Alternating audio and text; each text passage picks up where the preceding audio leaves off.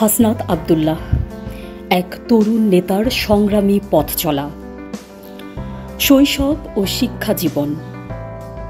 হাসনাত আব্দুল্লাহ 1998 সালের জানুয়ারি মাসে কুমিল্লা জেলার দেবিদ্বার উপজেলার একটি মধ্যবিত্ত শিক্ষিত পরিবারে জন্মগ্রহণ করেন।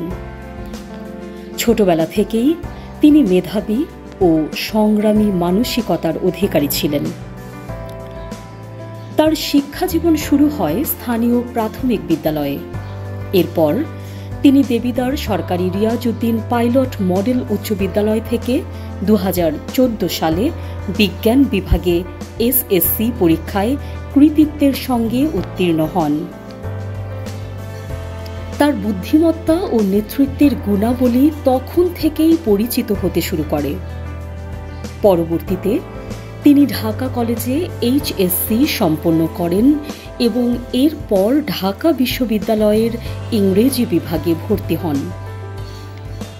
বিশ্ববিদ্যালয়ের পরিবেশ তার চিন্তা চেতনায় নতুন মাত্রা যোগ করে এবং এখানেই তার রাজনৈতিক সচেতনতা ও নেতৃত্ব গুণের বিকাশ ঘটে। ছাত্র আন্দোলন ও রাজনৈতিক উত্থান।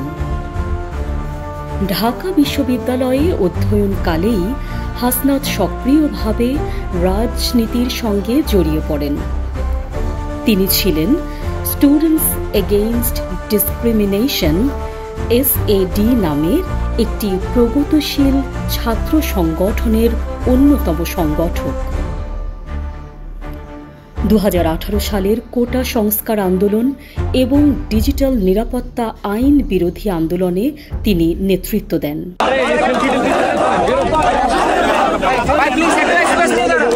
স্পষ্টভাষী বক্তব্য, সাহসিকতা এবং কৌশলী সাংগঠনিক ক্ষমতা তাকে দ্রুত জনপ্রিয় করে তোলে।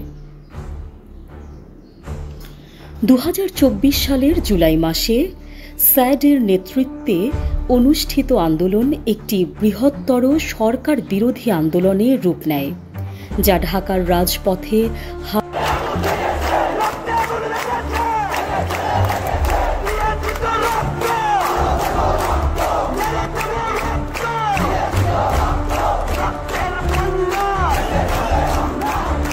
হাজারো শিক্ষার্থী ও তরুণদের একত্রিত করে। আন্দোলনের সময় হাসনাত ও আরও কয়েকজন নেতা গ্রেফতার হন, যা গণমাধ্যমে এবং সামাজিক যোগাযোগ মাধ্যমে প্রবল আলোড়ন তোলে। বিভিন্ন আন্তর্জাতিক মানবাধিকার সংগঠন ও মিডিয়া তার গ্রেফতারের নিন্দা জানায়। জাতীয় নাগরিক পার্টি এনসিপি ও রাজনৈতিক কর্মকাণ্ড। 2025 সালের ফেব্রুয়ারিতে কোটা আন্দোলন ও সরকার বিরোধী ছাত্র আন্দোলনের অভিজ্ঞ নেতারা মিলিত হয়ে জাতীয় নাগরিক পার্টি প্রতিষ্ঠা করেন। এ নতুন রাজনৈতিক দলটি গণতন্ত্র, ন্যায় বিচার এবং তরুণদের অধিকারের পক্ষে অবস্থান গ্রহণ করে। হাসনাত আব্দুল্লাহ এই দলে দক্ষিণাঞ্চলীয় প্রধান সংগঠক হিসেবে দায়িত্ব পালন করছেন। তার হাত ধরেই পার্টি দেশের দক্ষিণাঞ্চলে দ্রুত বিস্তার লাভ করে। তিনি আওয়ামী লীগকে সন্ত্রাসী সংগঠন হিসেবে আখ্যা দিয়ে বলেন, যতদিন এই দলে শেখ হাসিনার মতো কর্তৃত্ববাদী নেতৃত্ব থাকবে, ততদিন দেশে প্রকৃত গণতন্ত্র আসবে না।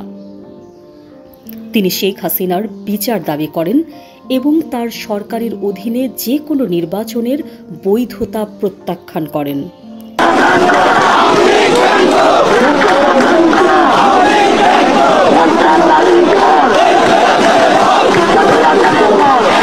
বিতর্ক ও সমালোচনা।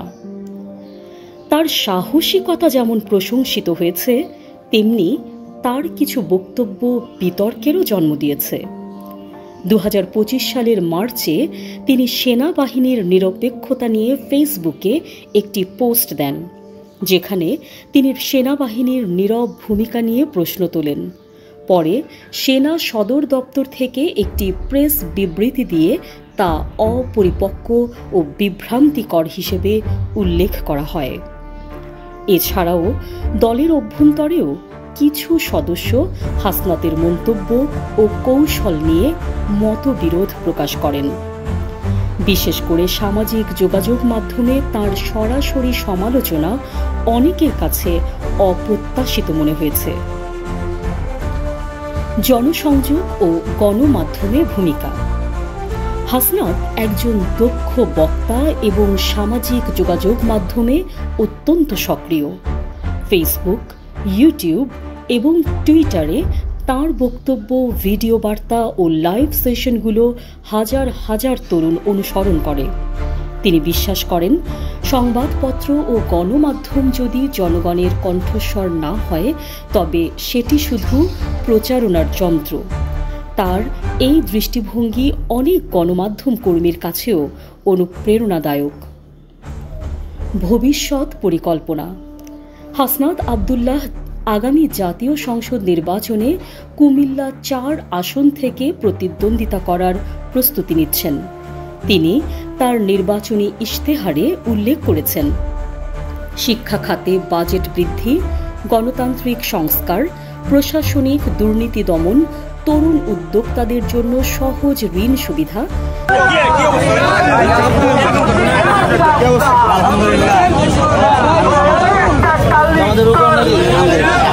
তার নেতৃত্বে জাতীয় নাগরিক পার্টি এনসিপি তরুণদের মধ্যে বেশ জনপ্রিয়তা অর্জন করেছে। দেশের রাজনৈতিক অঙ্গনে নতুন আশার আলো দেখাচ্ছেন হাসনাত।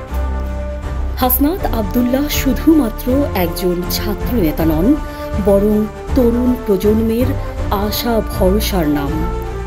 তার সংগ্রামী পথ চলা প্রমাণ করে যে আদর্শ ও সাহসিকতা থাকলে তরুণরাও রাজনীতিতে নতুন দিগন্ত খুলতে পারে।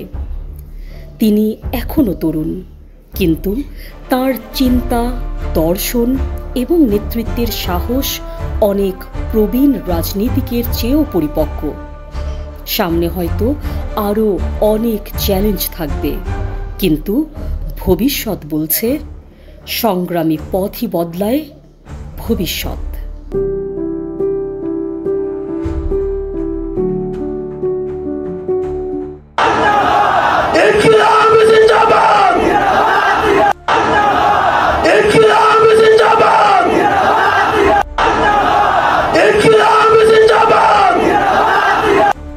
নিউজ ডেস্ক, সংযুক্ত। সাবস্ক্রাইব করে সংযুক্তের সঙ্গে থাকুন।